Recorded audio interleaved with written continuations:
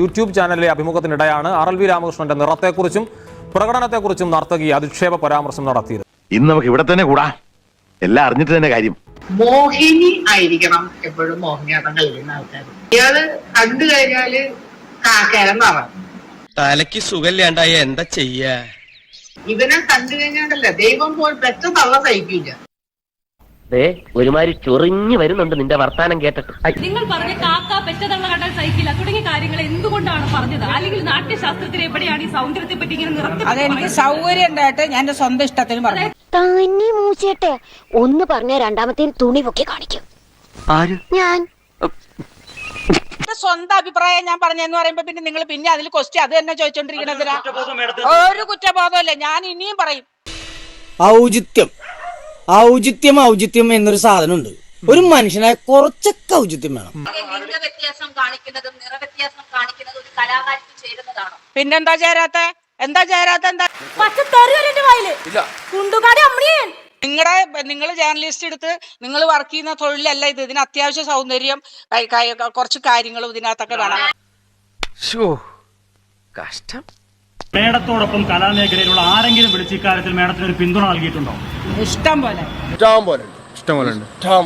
ആരെങ്കിലും വിളിച്ചിട്ടുണ്ടാവും. അത് പിന്തുണയാണോ വേറെ എന്തെങ്കിലും ആണോ?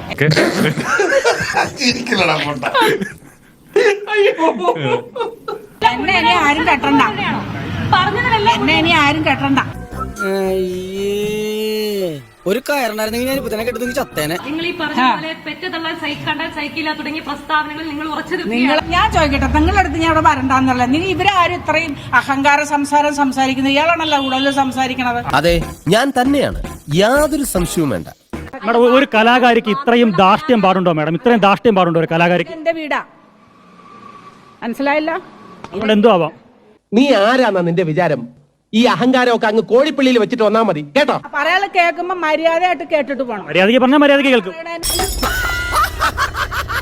അഭിപ്രായം ചോദിക്കുക, അതിനെ വിമർശിക്കാൻ നമ്മുടെ ജോലിയാണ്. ഇല്ലെന്നെ ആ ജോലി അതേ വേണ്ട. എന്റെ വീട്ടിൽ വേണ്ട, ഞാൻ വിളിക്കും. നിങ്ങളെ വീട്ടിനകത്ത് നിങ്ങൾ കയറിയിട്ടില്ല. അല്ല പിന്നെ ഇവനെന്താ സായിപ്പ് ഉണ്ടാക്കിയത്? വേണ്ട മേഡം, വേണ്ട, ഇഷ്ടം പോലെ ഉണ്ട്. കേൾക്കണോ നിങ്ങൾക്ക്? കേൾക്കണം. ഞാൻ പാട്ട് പാടുന്നത് കേൾക്കണോ നിങ്ങൾക്ക്? നിങ്ങൾക്കൊന്നും എന്നെ കുറിച്ചൊരു ചുക്കും അറിയില്ലടാ. ഞാൻ മേടിച്ചിട്ടേ പോവൂ. അടുത്തേക്ക് പിന്നെ ഇയാളെ സർട്ടിഫിക്കറ്റ് എനിക്ക് വേണ്ടോ? ഒരുമാതിരി സ്റ്റാൻഡേർഡില്ലാ സംസാരിക്കരുത് കേട്ടോ. രാമോ, നീ ഒന്നാ കേട്ടോ. മതിയായടാ നിനക്ക്. തല്ലി കളഞ്ഞാ പോവില്ലേ അവര്, മനസ്സിലായ? അല്ലേലും തന്റെയൊക്കെ വായന ഇതല്ലേ പ്രതീക്ഷിക്കാവൂ? വൃത്തികെട്ട തള്ള. അതിന്റെ മോന്ത കണ്ടാ മതി, പട്ടി കഞ്ഞോളം പോലും കുടിക്കില്ല. ജാംബോന്റെ കാലത്തുള്ള മോറിസ് മൈനറിന്റെ മോച്ചായുള്ള ആ തള്ളയൊക്കെ കൊണ്ട് വല്ല എല്ല് പിടിക്കും കൊടുക്കണം. ഞാൻ പോകുന്നു. ബൈ.